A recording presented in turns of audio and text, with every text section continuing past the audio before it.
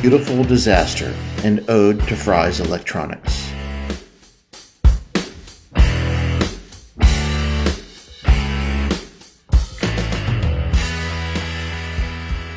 The CZ motorcycle is a beast. It stands at least 10 feet high from my 4-year-old vantage point. Usually my dad climbs on top, grabs the clutch and gas, and readies himself to tame the monster. He kickstarts the CZ. It spits and roars like it wants to go without him. But he's in control. Always in control. He taps the brake to disengage. He eases the gas to move forward. The beast obliges. By the time my dad is roaring out of the driveway, he and the beast are one. He test rides it up and down the street and makes so much noise, ladies come out of their houses. They yell at him to cool it. But today, the beast will not awaken. He can't get it to start. I watch my dad from the safety of my MTD 410 red wagon. He rolls the CZ 400cc dirt bike out of the garage. He is going to tinker with it. He unrolls a surplus U.S. military belt. It is filled with the perfect size wrenches to fit the various bolts on the bike. He begins to work.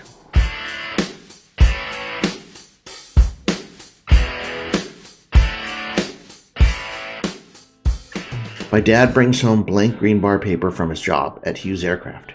He gives it to us for drawing, with pens and crayons. The paper, he says, is used by their computer printers.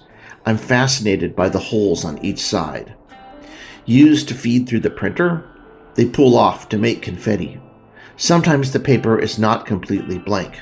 Sometimes there are symbols printed on it in faint 8-section digital print. In those blocky symbols, I think I see the future.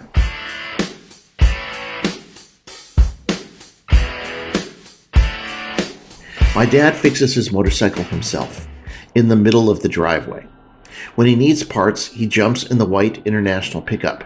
He drives to a set of shops near the corner of Hawthorne and 190th, or a store in the strip mall near Torrance Boulevard, or sometimes to a Kawasaki store on Artesia near Green.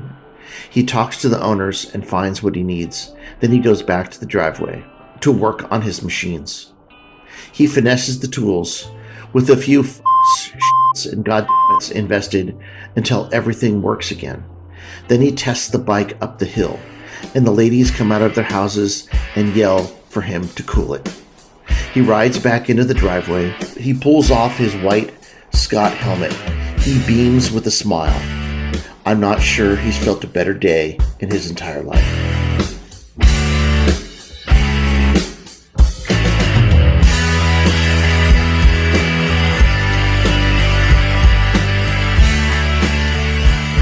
I watch my dad ride motorcycles in the desert. I do not ride myself, not yet anyway. The only motorcycles I've ever driven are my Evel Knievel wind-up cycle made by Ideal Toys and the Atari stunt cycle machine at the arcade at the Old Town Mall.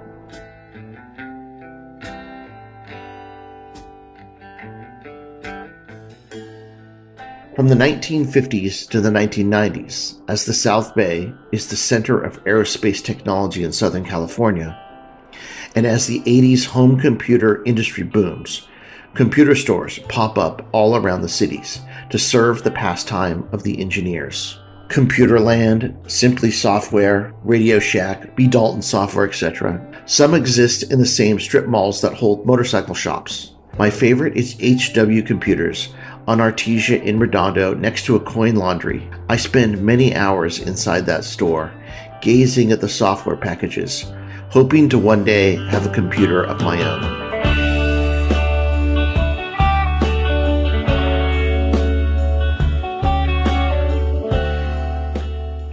My dad breaks his collarbone in a desert race in about 1980. After that, the motorcycles come out fewer and fewer times. By the end of the decade, they sit still in the garage. I noticed that many of the motorcycle shops he frequented are closing too. Dirt bikes for weekend enduro racers give way to sleek street bikes named after ancient warriors. They are so complicated that they can mostly only be repaired by the official dealers.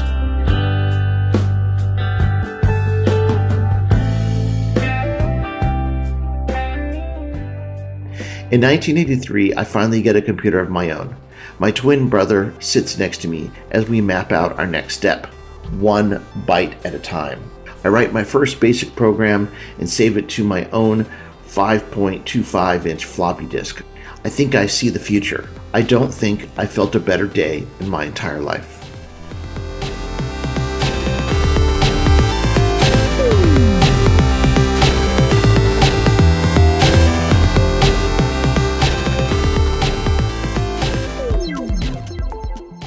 After the Berlin Wall falls, my dad retires from Hughes Aircraft, with his award for the peace dividend being a kick out the door.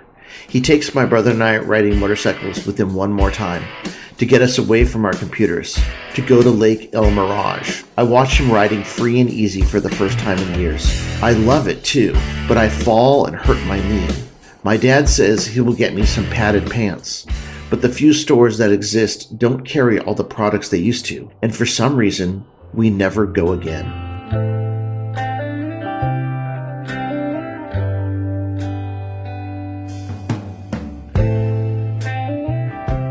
I discover Fry's Electronics in the early 1990s, just out of college at my first job with TXS Solutions located in Manhattan Beach. It is within lunch walking distance, up the hill towards the mall, across the parking lot in front of the Man 6 theaters, down the stairway to the train tracks, and up the other side. Inside is a wonderland for computer nerds. More things than I ever thought existed or could possibly imagine. I leave empty-handed and stunned. I will be back.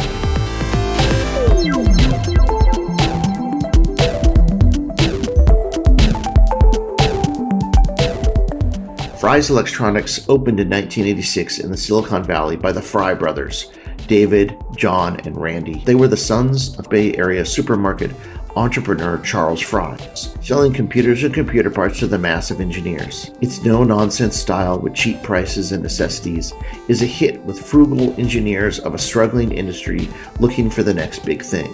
Quote, "The premier nerd hangout is Fry's Electronics, a huge electronics convenience store in Sunnyvale. Next to Apple Macs and IBM PCs are cans of Jolt, all the sugar, twice the caffeine, Twinkies, Hostess, cupcakes, and 14 different types of tortilla and potato chips." Lodi News Sentinel, February 26, 1988.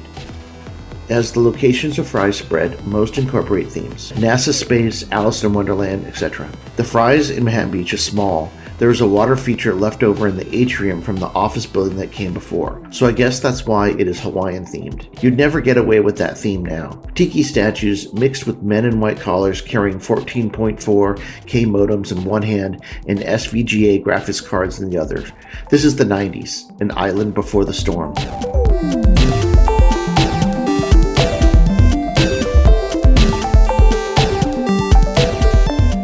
I visit Fry's at least 3 or 4 times a week. It's messy, DIY, scattered, crazy. I look for parts for our 386 DX40. Fry's doesn't drive the tech industry so much as mirror it.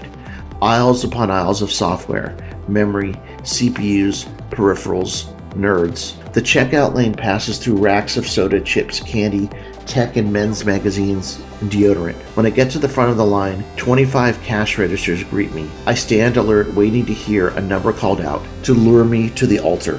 Quote, "Known as a techie retail paradise, Fry's Electronics Inc.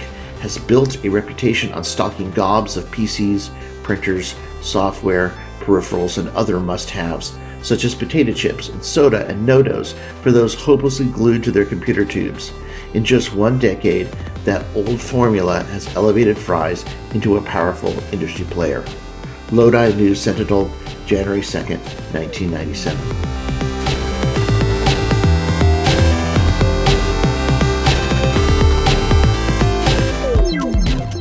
The internet boom of the 90s explodes in the Silicon Valley and inside Fry's, and even in the cities along the Santa Monica Bay. People need computers to get to Lycos and web crawler. They need to load Netscape Navigator, to visit the Church of Mentos and Chips Online. Windows 98 and DirectX make games actually work. Doom 2, Quake, Half-Life, Roller Coaster Tycoon. The checkout lane snakes around the store. More than just nerds, people of all types, clutching whatever they can find to commune with the tech revolution, with 50 registers to ring them up now, and a guy in a vest behind a pedestal who checks my receipt on the way out, a priest at the altar checking my confessions at the door.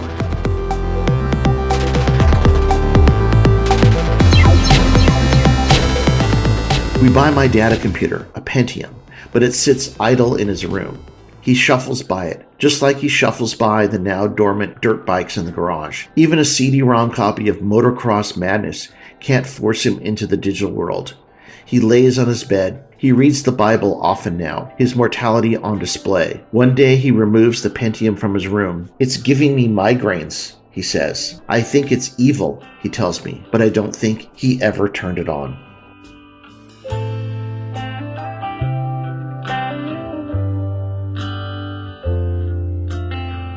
In the 2000s, with all 50 registers ringing, a line stretches back to the end of Fry's Electronics.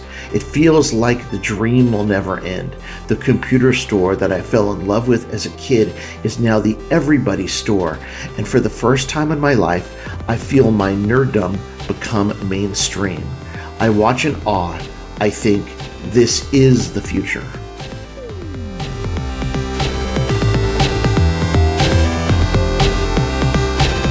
In 2004, I decide to build a computer for my kids from scratch. I go to Fry's to buy everything I need: motherboard, power supply, drive controller, hard drive, 3.5-inch floppy drive, network card, CD-ROM drive. I stand in a line 10 people deep to request CPU and memory. I carry what I can to the checkout and wait patiently as the expensive microchips are taken from the big cage behind the cash registers. I carry it all in 2 plastic Fry's bags. I sit down at the kitchen table and read the manual for the motherboard. It tells me which jumpers to pull. I get needle nose pliers and a tiny screwdriver. I open the case and start to work. I add an old modem, mouse, keyboard, and an OEM version of Windows 98 I have laying around, and I put it all into the guts of a salvaged mini tower case. A few fucks and shits and dammits invested as my kids watch on. A couple more chips to Fry's to get things I forgot. Another memory chip, a hard drive cable. I build the whole thing in one day at my kitchen in North Redondo.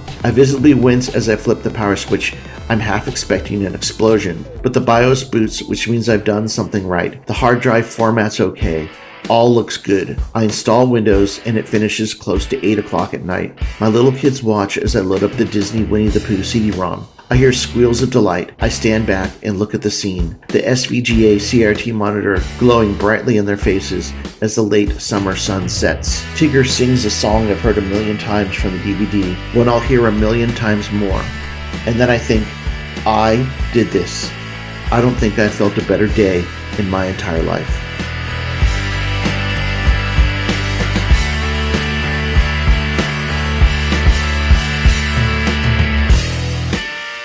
In 2007, the iPhone is birthed. 2010, the iPad arrives. 2011, the mobile revolution takes over. Everything comes in small packages with few user-serviceable parts. People are saying the computer is dead. Fry's tries to pivot. My dad succumbs to dementia. My brother and I watch as his ashes spread from a plane over El Mirage. I fall out of my big tech job, rudderless to find what's next. I'll buy a laptop from an online store and become a digital nomad, working at whatever I can, anywhere I can. No money for leisure, no time to tinker.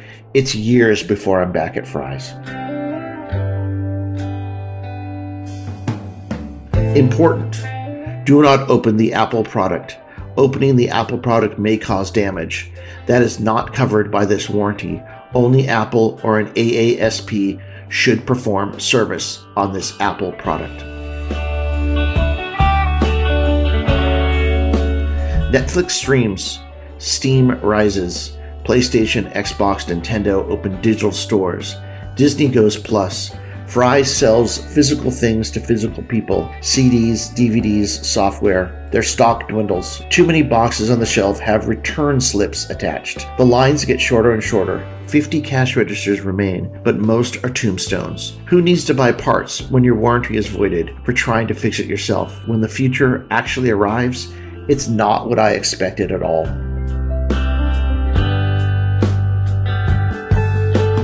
Quote, Fry's Electronics, Inc., the go-to chain for tech tinkerers looking for an obscure part, is closing for good. The company, perhaps even more well-known for outlandish themes at some of its locations, from Aztec to Alice in Wonderland, said Wednesday that the COVID-19 pandemic had made it impossible to continue. Operations have ceased and the wind-down of locations will begin immediately. Associated Press, February 26, 2021. The last time I go to Fry's is in 2020. It's more like a Big Lots or a TJ Maxx than an electronics store now. I take a photo of all they have for offer. It's the end of the entire PC computer era. A small end cap with some shovelware, and that's it. The Fry's Electronics building sits empty now, part of the Manhattan Village Mall remodel. The sign removed, but the shadow still remains.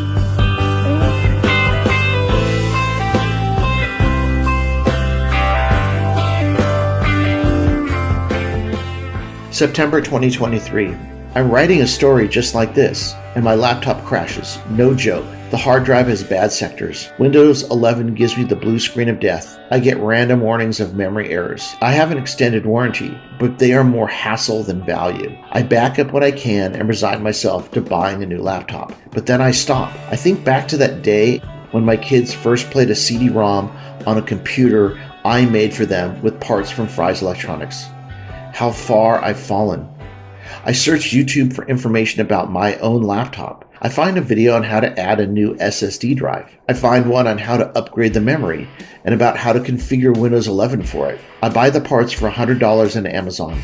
Not Fry's. I get my tiny screwdriver and my needle nose pliers and I open the machine. I put on my +3 reading glasses so I can see what's what. Maybe my extended warranty is voided now? I don't really care. I replace all the parts myself. It takes about 20 minutes. I wince as I plug in the power cord, half expecting it to explode, but it does not. I reboot the machine. Everything works perfectly. I pause and think. I think about dirt bikes and motorcycle shops, about computer stores and software packages, about driveways and test rides and ladies yelling "cool it," about 50 cash registers and snaking lines, about El Mirage and a cloud of ashes, about the priest at the altar checking my confessions at the door. I don't think I felt a better day in my entire life.